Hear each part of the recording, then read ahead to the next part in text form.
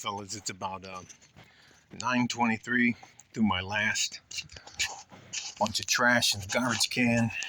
Talked to some of my neighbors. They were making fun of me uh,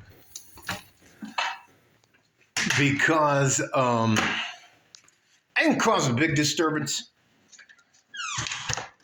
and I'm not trying to act like I'm not a tough guy anymore. But I have to tell you something.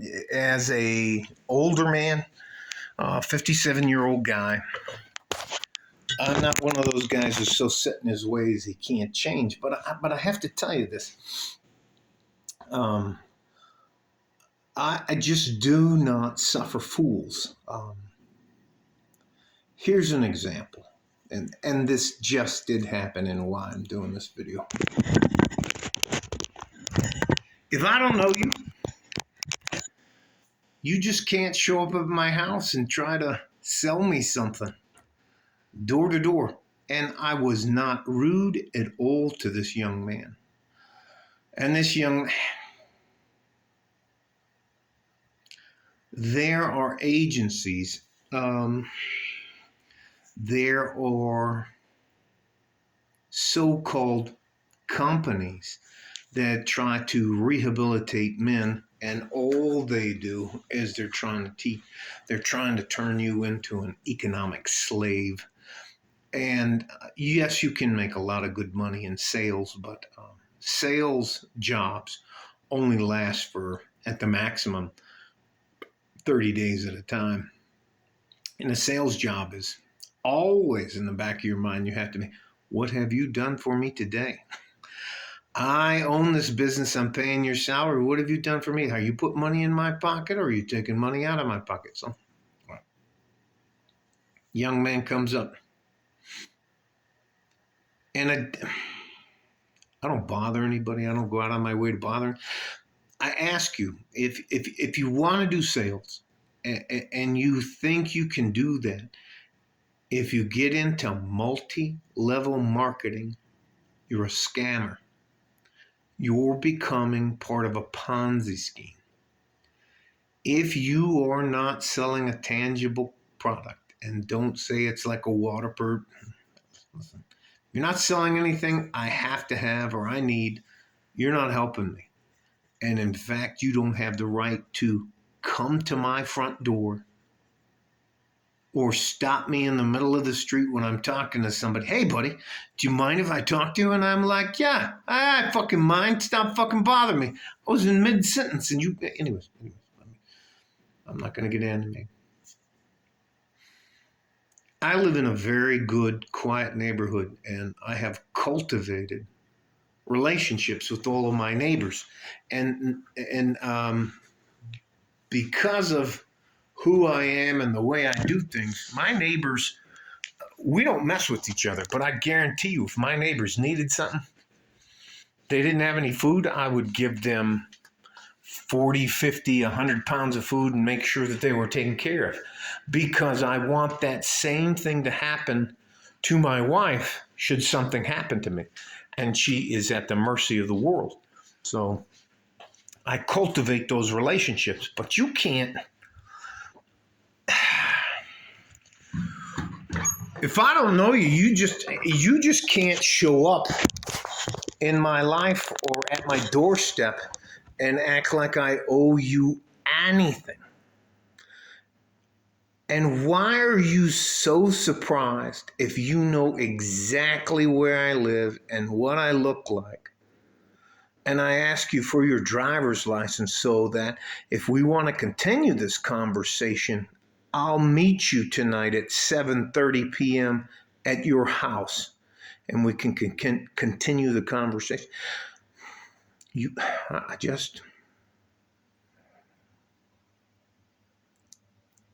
can make a lot of money in sales if you have a good product. You can waste years, almost decades of your life trying to sell something for somebody else in a Ponzi scheme or a pyramid scheme or that multi-level marketing fucking bullshit. No, I don't need your fucking water filters. No, I don't need your solar panels. No, I don't need anything from you. And this is from us good average men. If I'm in the market for something, I will let you know. And if you think it's okay to come to my house, beat on my door, interrupt my conversation, or I'm out. No, that's not how this works. Whoever in the sales world decided that cold calling or cold door knocking and that is, you just, 1 out of 10, even if you get 1 out of 10, you know what? Fuck you guys. You're a bunch of fucking assholes. And you're the guys that are sitting in the office while the other guys are slaving themselves for you. So, anyways, I'm not going to get off my, yes, I have some sales. Here's how they prey upon young men. When young men get out of lockup or being inside, there's not many positions, not many jobs, not much of anybody will take a chance on them. And what the salespeople and the people who run the sales force, they call us disposable humans, because they can use, abuse, and do what, and they lie to us about checkup from the neck up. All you need is a PMA, a positive mental attitude. Oh, we don't accept the first 15 no's because that might get you fucking shot down here in Texas. Anyway, so. And I understand that there aren't a lot of opportunities for people who have made bad decisions. And I was one of those guys. But I have to tell you something. I paid the price to be where I'm at. And if I'm polite to you the first 3 times, I tell you no. And you keep trying to do, I'm gonna give you the fucking inside secrets to sales. All right. First thing is, you got to ask for the sale. The second thing is, you have to be able to what's called overcome an objection, which means you need to use feel, felt, found. FFF. Understand how you feel, Mr. Forsyth. In fact, I fucking felt the same way like you did. But what I found out is that really doesn't matter. So why don't we close this deal and get on with our lives?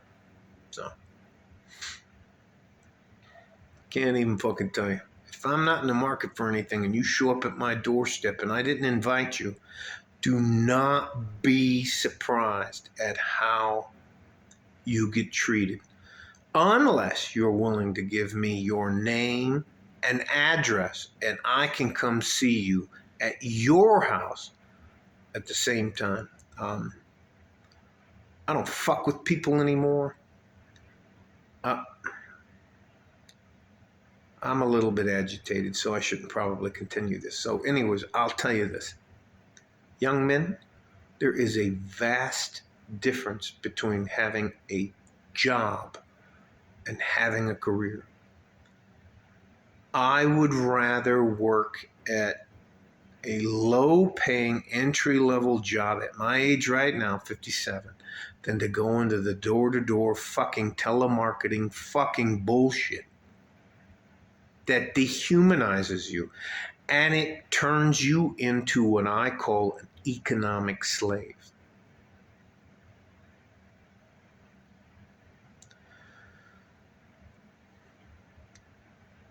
Here's the other thing, and this is why I'm telling you this. It makes me a little more crazy than I actually am to see young men doing the same stupid shit I was doing in the 70s. Not the 1870s, the 1970s.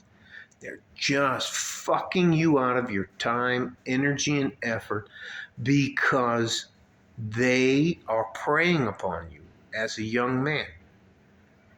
You have to.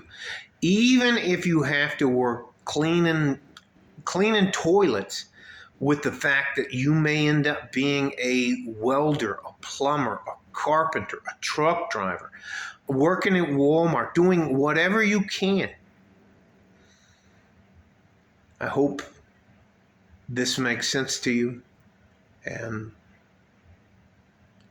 if you think you can show up at my front door unannounced, act like you're going to sell your way into my house, I deserve to do the same thing to you.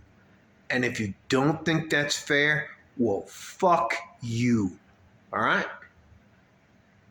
And to you businesses that do these to these vulnerable men that are, you are the fucking scumbags of life.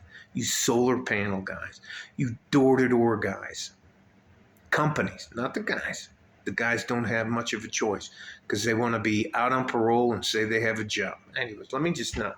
I'm a little animated about this, and I'll title this, I'm sick of you fucking scumbag salespeople taking advantage of guys. You make them, they make you sacrifice your day. I have been a new parolee or a newly guy released, and the terms of my release have to do with me getting a job, and these guys are standing on the fucking side. Oh, we got fresh meat. We're going to use and abuse you. You know what they'll tell you? You're just not trying hard enough. You just don't have the proper mental attitude, your proper mindset. They're just fucking scumbags. There's a reason there's a play called Death of a Salesman. So, anyways, if you're inside like I was, you just have to, there are tons of programs to become a carpenter, to become a tradesman, to become a truck driver, to just, if you can help yourself, please stay away from personal, door-to-door, cold calling, cold visiting sales, all right? Stay safe and healthy. Take care of each other if you can, and if you can't, take care of yourself. Like a fart in a G-string from West Texas, El Paso. I'm out of here.